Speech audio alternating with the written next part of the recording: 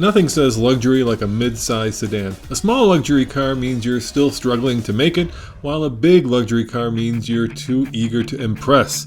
We here at TFL drive a lot of cars, and some of our favorites are the mid-size luxury cars. So without further ado, here are the top 5 mid-size luxury sedans that we've driven in 2011. Japanese sake or German Weissbier? You know, that's the question that I've been asking myself since I first drove this car.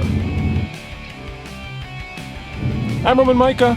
This, as always, is TFL Car, and this week I'm driving, as you can probably tell, the all-new 2012 Infiniti M56x, and yes, the X does stand for all-wheel drive.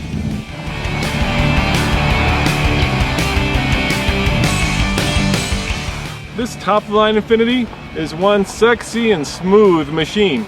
At least from behind the wheel, just look at those sexy and sensual sweeping hood and fender lines. But back here, you know, where the all-wheel drive rubber hits the road, it sort of resembles your father's Buick.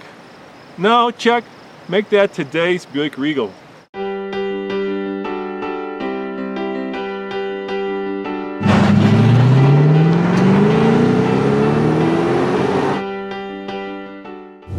Inside, and after a week of driving it, I'm still not sure if this horizontal dashboard that kind of juts out into the cabin is sexy or stodgy.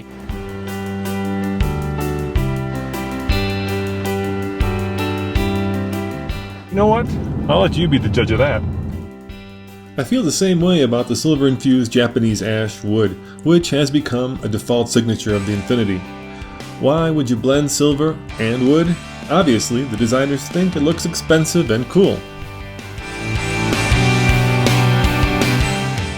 What is expensive about the M56 is the interior. Everywhere I look, I see graceful, flowing, and expensive design details. The car fits and feels like you're wearing an expensive designer suit.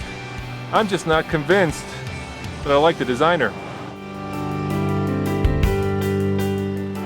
What I do like is this 420 horsepower V8, which rockets this all-wheel drive car from 0 to 60 in just under 5 seconds.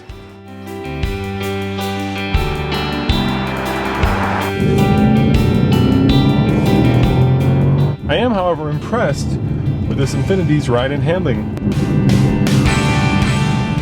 The suspension is firm yet compliant, and the steering is direct and inspires confidence in these twisty Colorado corners. So would I take this Infiniti over, say, a BMW 550? You know, that's a question I've been asking myself all week. I guess it's sort of like asking which is better, sake or Weissbier. One is a very Japanese rice wine, while the other is a very classic German wheat beer.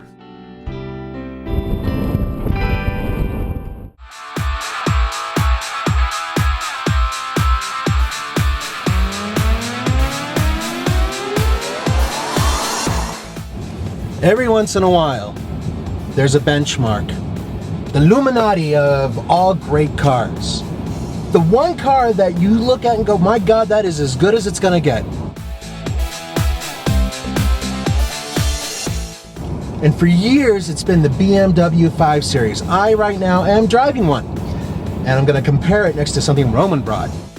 This particular one is a 535i X-Drive. It has a 300 horsepower twin power 6-cylinder, straight 6, which is awesome. Has all-wheel drive. Has 300 pound-feet of torque way down at around 1200 RPM. So there's a lot of grunt off the line. It's an extraordinarily built car. Every inch of this car has been carefully sweated over. Every detail. I don't know how you can beat it. I really don't.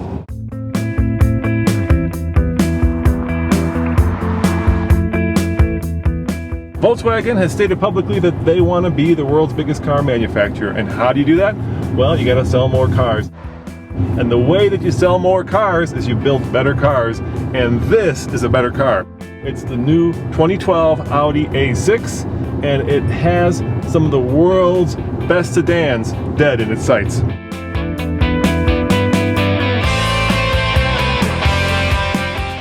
It's got an 8-speed transmission. It's got a supercharged 310 horsepower engine that's got 325 pound-feet of torque. And it's got that classic, elegant, understated Audi styling that doesn't scream luxury, but that says it and whispers it so that the people down the road know you've made it.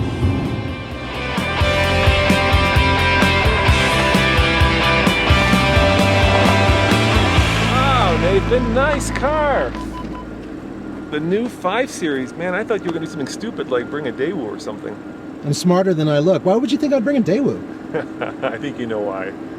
So the question is an easy one, obviously. Which is the better car, the established benchmark or the up-and-coming A6? My car, Nathan, has the performance package, which has 19-inch wheels. I've got all-wheel drive, and I have a supercharged 310 horsepower engine.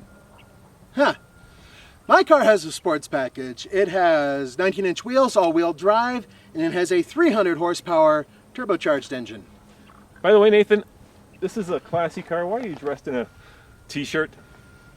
Wait.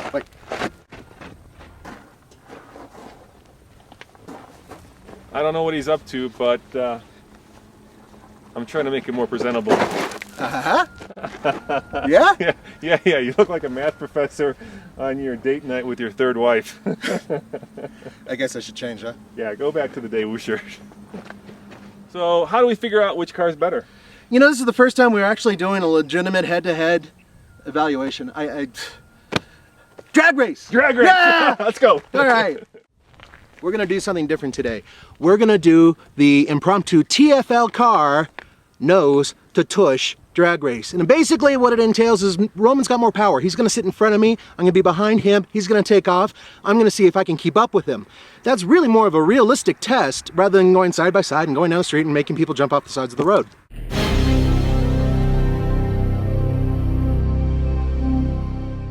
So this is very impromptu. Nathan is behind me, as you can tell, and I'm going to give him the signal, and we're just going to floor it for about a half a mile and see if he can keep within, what, 10 feet of me? Let's try it. 3, 2, 1. Here we go!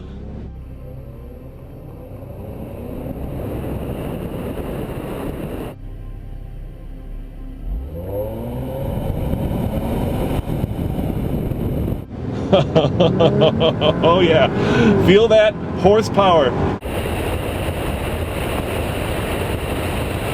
And Nathan is long gone.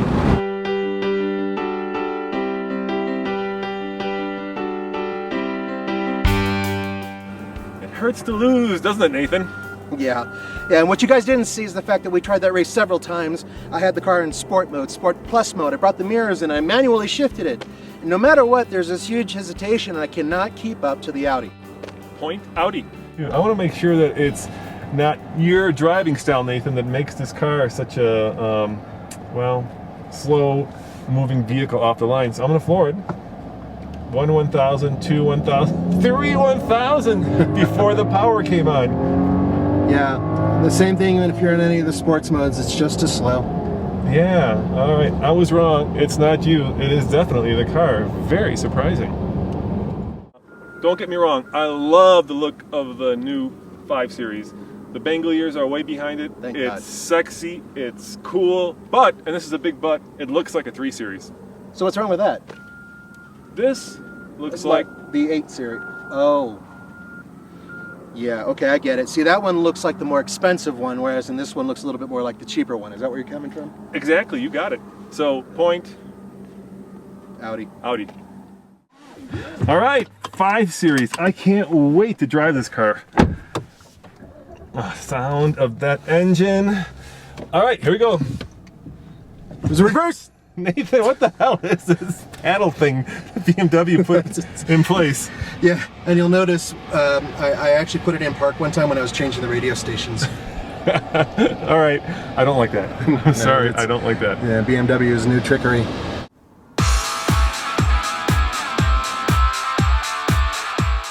I have to tell you, I'm impressed, Nathan, by the way this car handles. It feels like a driver's car. The driving position is exquisite. I love the look over the hood. It's powerful.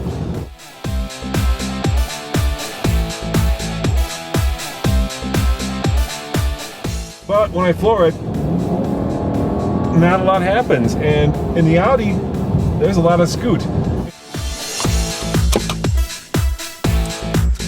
Start. That's just showing off. All right, here's the Miranda question. You have not driven the Audi A6 yet, have you? I have not touched this car. All right, so to figure out which car handles better, we're each gonna drive each other's cars. Take her for a spin, sir. Hey, a real gear lever. Whoa.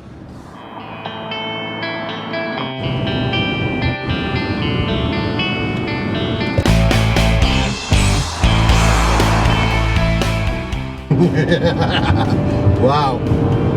What is your professional first impression of the A6?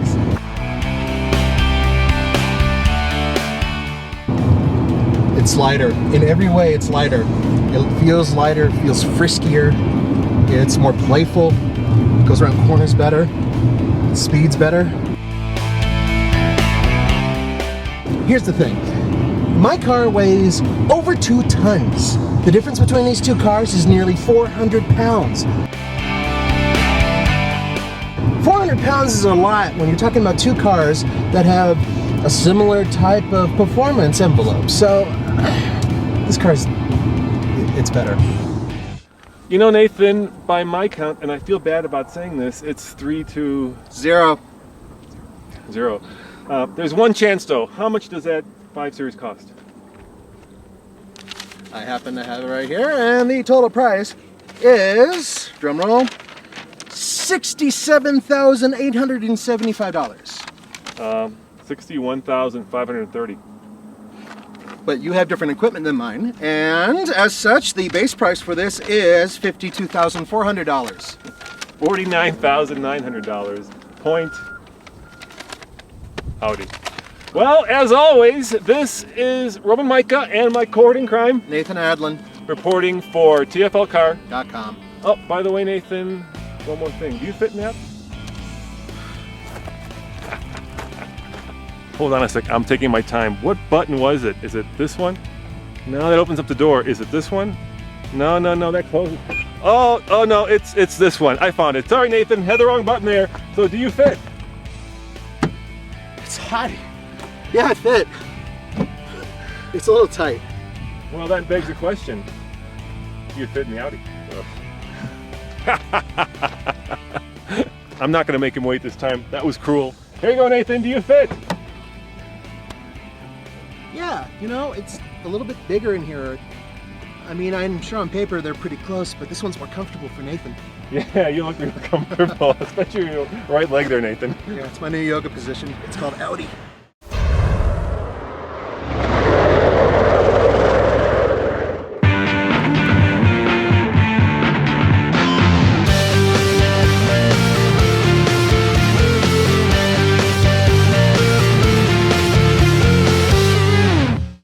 Welcome to another mashed up matchup, and normally when Nathan and I do these things, we bring two completely different cars. This time I have no idea what Nathan is bringing because the goal of this mashup was to bring our favorite sedans of the year. And guess what I'm driving? I'm driving my favorite sedan, that's in quotes, of the year, the new Audi A7. And here is why, 3 reasons I love this car so much.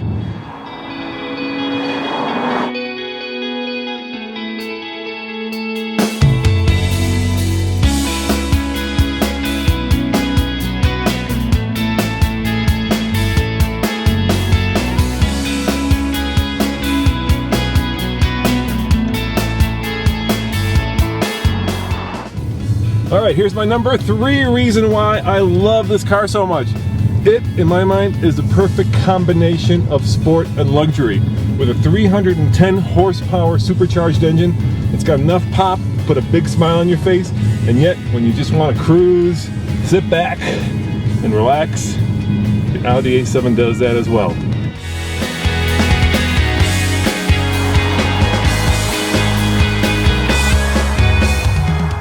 My number 2 reason is the interior of this car. I've driven a lot of Audis recently, including the new A8, and this one is the best of them all. It's spacious, it's elegant, it's stylish, and perhaps most important of all, it makes you feel special. And when a car does that, that is a car to buy.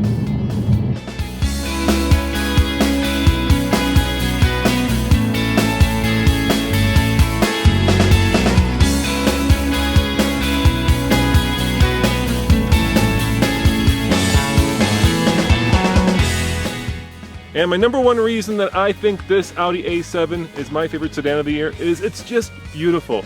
Think of it as a roomy, four-seater A5. I know the A5 has 4 seats, but this one actually has room for 4 adults. I mean, just look at this car.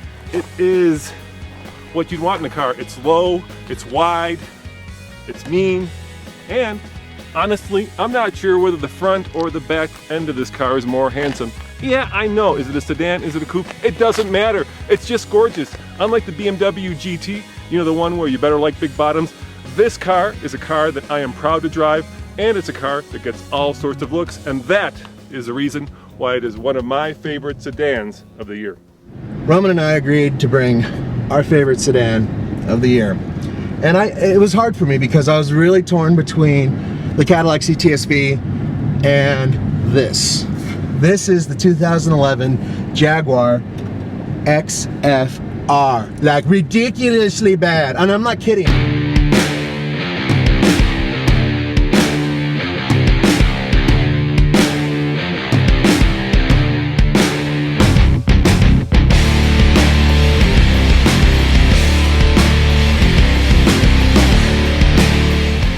This thing has 510 horsepower. It has a supercharged engine, 6-speed transmission, which I wish it was a manual, but it's got these nice little paddle shifters, even though they are plastic.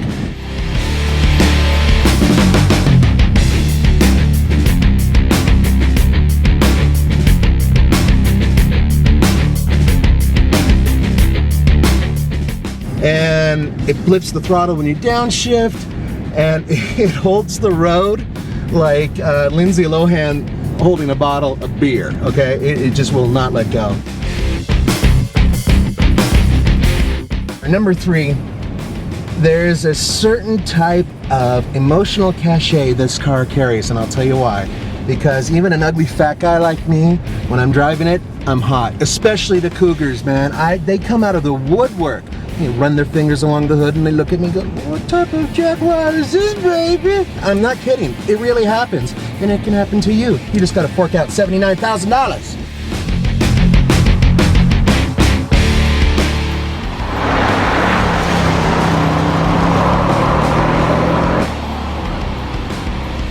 My number 2 is a little different than me being, you know, enthusiastic about how cool it looks, and it does look cool, and how fast it is, and it is really fast. It gives you an element of sophistication you can't get out of driving, you know, a Mustang and the other cars a barbarian like me is used to driving.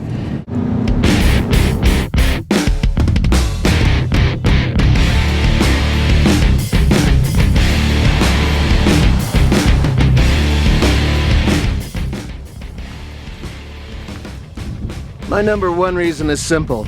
5 liters of British goodness. Right here, under this hood, it's a 5-liter V8 with a supercharger. Now you can't see it because I got this plastic crap covering it, okay? But it's in there. It's deep inside. It's purring. Can you hear it? It's saying, "Love me, drive me." It's right there. Well played, Nathan. A Jaguar XFR.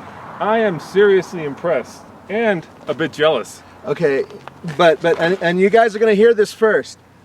This is a beautiful car. I didn't like it too much when I first saw it in a magazine, like about a year ago, but my God, I mean, well done. I mean, that's nice. You know, there's only one way to settle which of these two beautiful European machines is better. Are you thinking what I'm thinking? Hey, I'm thinking it. Let's swap. All right, let's swap. And we'll take them for a ride, and we'll make the final decision. This is gonna be interesting.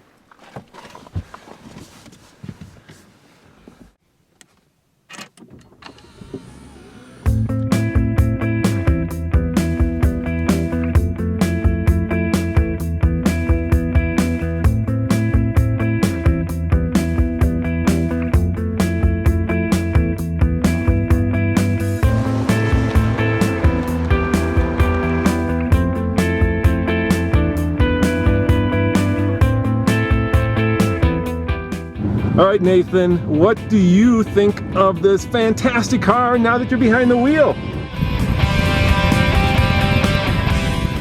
It reminds me a little bit of you, my friend. It's very European. It's got very straight, solid lines. It's very serious, but it has a little whimsy in it. Which car would you take? I gotta go with the Jag. This mashed up matchup is brought to you by a very important question. Yes, that's right. Does Nathan fit? I fit. Surprisingly, he fits. So do you say Jaguar or Jaguar? So do you say tomato or do you say 510 freaking horsepower, Nathan?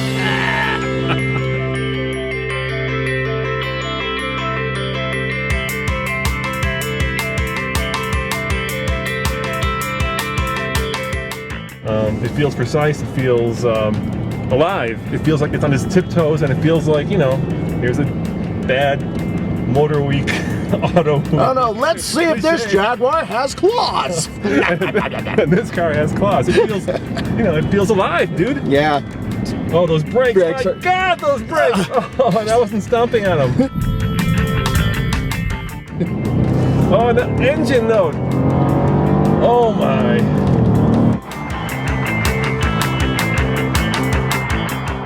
All right, now you said something about me that I think is right on. You know, I'm very, well, you said practical, I would say pragmatic. Stoic? Okay. Yeah, pragmatic, you know. And in my mind, the choice between an extra 200 horsepower and all-wheel drive Quattro is a simple one. In Colorado, I'll take the Quattro all the time because this car is going to be like a goat on ice in the winter, especially if there's anything resembling moisture on the ground. And maybe this is more important. Sometimes, Nathan, it's not the size of the boat, but it's the motion in the ocean, if you know what I mean.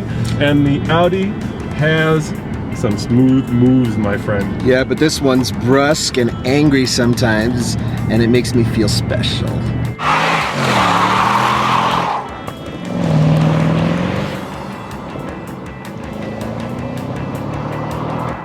Nathan, that was a lot of fun. And to be honest, to me, this Audi's like your wife, and that Jaguar's like your mistress. Yeah, I can see that. I mean, my Jaguar's a lot like Megan Fox, and this thing is a lot like Uma Thurman. Which means we've come to the end of another mashed up matchup, which also means there's only time for one more thing. You know what that is, Nathan? No, I really don't. I bet you know. Oh, it's that. This is Roman Micah and my cohort in crime Nathan Adlin. saying goodbye for TFLcar.com. Bye, Nathan. Bye. He fits. And you've seen it here first on TFLcar.com.